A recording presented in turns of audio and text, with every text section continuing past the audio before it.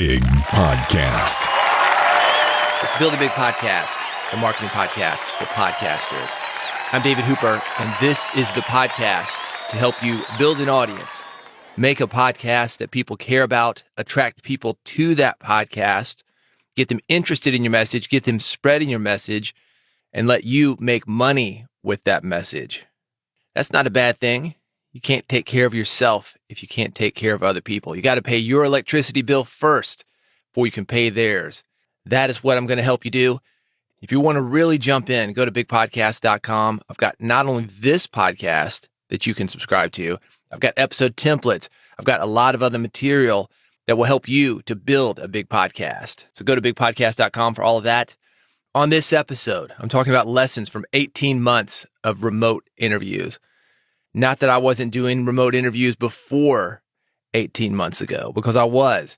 But with COVID, this podcast, I've got a podcast for experts called Red Podcast, Music Business Radio, the broadcast show that I do. Everything is remote right now, trying to keep people safe. And with the radio show specifically, I want you to imagine this. It's a small room, probably, 8 by 8. It's got me. It's got the engineer. It's got the producer. Sometimes we'll have 2 guests in there. So you got 5 people in a small 8 by 8 room. It's just not safe. And on that show, every episode has a guest. It is never a monologue. For 15 years, every guest would come into that studio with us, almost. Sometimes we'd make an exception. We have an ISDN line. Maybe 1% of the guests would be via ISDN. But 99% in the studio with us. We would never use anything that most podcasters use to record remote interviews. No Squadcast, no Skype, no CleanFeed, no Zencastr, no phone. Until COVID. When COVID hit, because of the setup that I'm talking about, the 8 by 8 room, 4, maybe even 5 people in a single room, getting together in person was not an option. This show goes out all over the country. And over the years, we have had a lot of people ask us about remote interviews, but we didn't do anything except ISDN. And the reason only 1% of our episodes are ISDN is because ISDN is expensive, but it's reliable. It's always connected to a studio, so we knew that the guest was going to sound good. That's the main reason we only gave that option. But there's 3 other reasons that we were doing so few remote interviews. One, we are in Nashville, Music City. The show, Music Business Radio, being in Music City, we've got plenty of guests. Guests were not an issue for us. So if you can get people to come to you, why would you go out and try to work a new process? We didn't. The second thing, not only do people come to us physically, but we've got people who want to come to us. We don't have to go out and approach guests. We've got publicists. We've got artists themselves. We've got record label reps. They want to be on our show because we go out to their people. So we don't have to work too hard and make any kind of concessions. Say, well, we've got Skype. However you want to do it. We can do a phoner if you want to. Whatever it takes to get you on the show. We don't have to do that. We are in charge. And the third thing, this is the big one. You lose control over your recording process when you do one of these remote sessions. As I mentioned, ISDN, those are always connected to another recording studio, maybe another radio studio. There's an engineer there, and that person can do the work that we were doing in our studio. When you're doing something like CleanFeed, Zencastr, Squadcast, your guest becomes the engineer, and that can be an issue. You would be amazed doing a show called Music Business Radio, where I have musicians and even engineers, people who've recorded themselves for years and are in the business of recording, but they've never done a recording from their homes. Podcasters, we take this for granted. We know how to do this. A lot of people don't.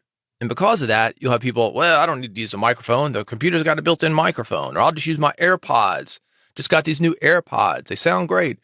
Yeah, they sound great. Mic isn't that great. Not for broadcast radio. But here we are. We're in the middle of a pandemic. People are seeing major broadcast networks doing interviews via Skype or whatever they're using. They're a lot more forgiving about sound quality because of it. And we looked at that as an opportunity. Here is the process now. This is what we have been doing for the last 18 months. First thing, we book a guest. And when this happens, we get the equipment information. For example, what kind of mic are you using? Well, I'm using AirPods. Well, we're going to let you know that's not going to work.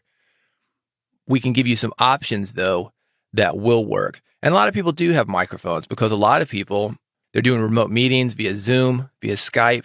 They have purchased this kind of equipment that we can work with. It's no longer, I'm going to talk into the built-in mic of my computer. By the way, I do this for my podcast. This podcast, Build a Big Podcast, I've got a guest application. You're going to fill out information if you want to be a guest about who you are, how I can get in touch with you, what your website is, what you want to talk about. And one of the things that I ask on that form, what kind of mic are you using? What kind of equipment are you using? This is something that if you've got a podcast, I highly recommend it. That one question, what kind of microphone are you using, lets you know right away if somebody is used to doing a lot of interviews, or when it comes to recording and sounding good, if somebody has no idea what they're doing, or maybe they don't care, and you don't want a guest who does not care about the sound quality going out to your listeners. Second part of the process, once we get that application and get people booked, Stephanie, my engineer, she books a time with the guests to do an equipment check. This basically involves her getting on the line of Squadcast or Zencastr or CleanFeed, whatever she chooses to use, and making sure that the microphone the guest will be using is connected. The guest can hear us. We can hear the guest. There's no reverb. There's no kids crying in the background. It's a good space. The guest is using headphones. We don't have to worry about echo coming back through his monitors. That's what that looks like. It can take 10, maybe 15 minutes. It's fairly easy and straightforward if you know how to do it. If you don't, she can explain it to you. And then by the time I come in, that's step 3, everything is smooth. Step 3 is the day of the interview. We say 2:00 on Tuesday. We will see you there. The guest logs in. I log in, producers logged in, engineers logged in, and we go. Here are the problems with this system, and there are a lot of them. The first is with publicists. There are publicists who book guests that don't do a good job of communicating to the guest how important it is that we talk to that guest ahead of time before we actually do the interview. That's the big one. Second, kind of related to this, publicists don't care. At best, they don't understand the importance of good audio, or at worst, they just want a booking. And that happens a lot. That's a whole nother discussion. And just to be clear, I'm not anti-publicist or guest booker by any means, but there are those whom we work with that once they get their client booked, they're done. They're done. That's not helpful to us. We can do the interview through AirPods or whatever. Maybe the guest feels like he's doing a good job. It's not good for us, though. We can't put some of that stuff out. So everybody in the publicity office and the guest, they're feeling good about everything, but we're left with something we can't use. It's wasted our time.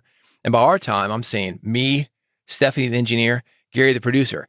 Anytime somebody books with us, that's 3 people involved on the session alone. And you got people scheduling promos. You've got people doing the copy for everything. It's a team that puts this episode together. It's not like it just takes an hour. The other problem situation we run into is with the guests themselves. They have gotten used to doing something another way, like using the built-in computer mic.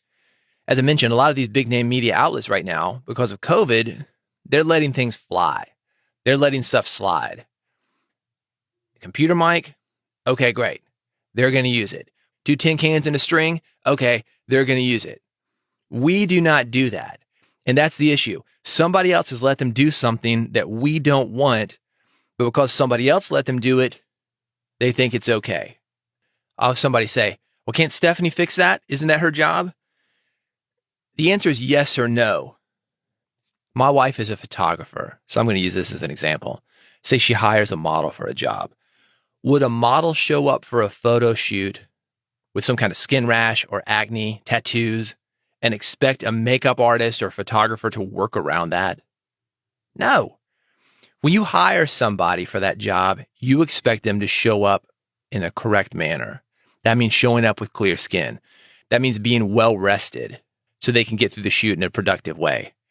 By the same token, for you, guests need to show up with a good mic and have that good mic in a quiet place that's not going to pick up the kids screaming, cars outside, sirens, television in the next room. And that's with the guests that have experience. One of the things you're going to run into, of course, is that the guests don't know. I've got a friend on steroids. You might have seen these guys in the gym. They're working out, lifting a lot of weight. He's looking at himself in the mirror. From his perspective, which is from the front, looking in that mirror, he looked great. If you don't know this, steroids, they're oil-based. They cause bad acne in a lot of people. And this guy was the recipient of that. It was all over his back. He had no idea about it, though. And he told me the story about seeing himself from the back for the first time. He's like, oh, I can't believe it. I had no idea. And I didn't look as good as I thought that I did. He's only seen one side of himself. I've heard similar stories from guys that are going bald. See a photo from the back for the first time and it's shocking to them. That's your guest right there. So these guys, the guests and their agents, they ignore emails, they ignore calls, and they show up with the wrong stuff. Let me give you the solution. First of all, do not let people get away with bad audio. If you let one guest slide, you'll have people think that it's okay. You'll have a guest say, well, I heard that other episode you did. Didn't sound like that guy was in a studio. That's on you, not them. It is also on you to educate your guests. Lots of people are letting guests slide, either from an audio quality standpoint or from a general level of content standpoint. This is one of the reasons that people do not respect podcasts or podcasters. People put us in those same camps with those agents who just want a booking, no matter who it is, with no thought about the quality. You must educate your guest. I don't think you need to write people off. I think it's okay to give them an opportunity to get the correct equipment to do an interview with you. But if they ignore that, which means that they don't respect you and your audience, you need to move on. And this means not doing the interview. I'll give you a quick story. I had an agent reach out to me about a well-known author who wanted to promote his latest release. And his latest release was with his wife. She was a co-author on it. On her own, she wasn't interesting to me. This guy was super established. He'd done dozens of books, sold millions of copies of those books. And she was a ride-along. That's what it seemed like to me. I wasn't that interested in interviewing him unless he was on his own. I don't want to get them in there and mush it all together. It would be one of those things where it's not bad, but it's not good. It's just something in the middle. And no, I did not want that. So here's what I told the agent. I said, I'll interview each of them separately. That way I can get what I needed. We'll do 2 different topics. Each will talk about the book, and it's actually more publicity for it. I would talk to him about his career and those millions of books that he had sold. I would talk to her about working with an established author, being married to him, what that was like, co-authoring this book together. And they agreed to that. Here was the issue. Audio. They've been doing these interviews, and this is a bit inside, but you're a podcaster, so you'll get this. They had a Blue Yeti mic on the table, and they were sitting around it. So one mic on the table with the gain cranked. It's picking up everything. And they're sitting next to each other, talking into the same mic. They were sharing it. Everything was mixed to one track, and it sounded like it was recorded in a cave. They would talk over each other. Somebody would laugh. I don't remember them having headphones on the videos that I saw of them doing this. This is how I knew how they were doing their interviews. So that's going to be a problem. So here's what I told them. I said, you need a better mic to do this interview with me. And that's what killed it. That was too much for them. And that's how this works. Some people want to do things their way. But if their way isn't your way, it doesn't mean you have to participate. They didn't have to participate with me. I wasn't going to participate with them. No episode is better than a bad episode. And I don't care who the guy is. If he's coming in with a big echo and a boomy room, and his normally great speaking voice sounds thin, I'm not going to do that. I'm not going to put my engineers or editors through it. make them do all the work that this guy could have fixed by getting a decent mic. I'm talking $60 on Amazon, getting close to it, wearing headphones. That's completely disrespectful to the people that I work with, and I'm not going to do it. On the other hand, here's another story. I just did something with a woman who wanted to use an iPad. That doesn't work with the software that we use. So she said, okay, I've got my neighbor. We can use his computer, but he doesn't have a mic. This was done through an agent. Nobody had explained this to her ahead of time. So I'm on a phone line talking to her. My engineer is on the phone line talking to her. We're trying to figure out a way to get this woman interviewed by us because she was great, but we weren't going to interview her if she wasn't mic'd well and she didn't have a good place to do it. Explaining all of these things can be frustrating, and it can make you seem hard to work with for some people. Or maybe you haven't even done this, but you feel like people are going to have the perception that you're hard to work with. But pros appreciate you taking the time to make them sound good. This woman was thrilled. She was more frustrated at the booker than she was us. She was amazing. Long music career. We ended up getting her in a studio out in Los Angeles. We made the thing happen. She sounded fantastic, and she appreciated it. Don't be afraid to educate your guest. This is the bottom line. Pros appreciate you doing what it takes to make them sound good. If somebody isn't going to work with you to make himself sound good, you're helping him out. This isn't just for you. Is that really the kind of guest that you want on your show? You don't want one of these churn and burn guys who thinks you're making widgets and all interviews are the same and you can just show up and phone it in. That's not helpful. I know some of these guys, they say, I've been on 3,000 podcast interviews. Or some of the hosts even. And you probably met hosts like that. I've done 5,000 podcasts. I've never edited a single one. That's easy. That's easy to keep pushing those numbers and think that you're working. That's vanity metrics, man. I don't want 5,000 podcast episodes from you. I want 10 good ones. And that takes planning. It takes pre-interview work. It takes being a good host. It takes editing. It takes mixing down things and post-production on your audio. This is not a numbers game. Yet some guests, just like some podcasters, they think that.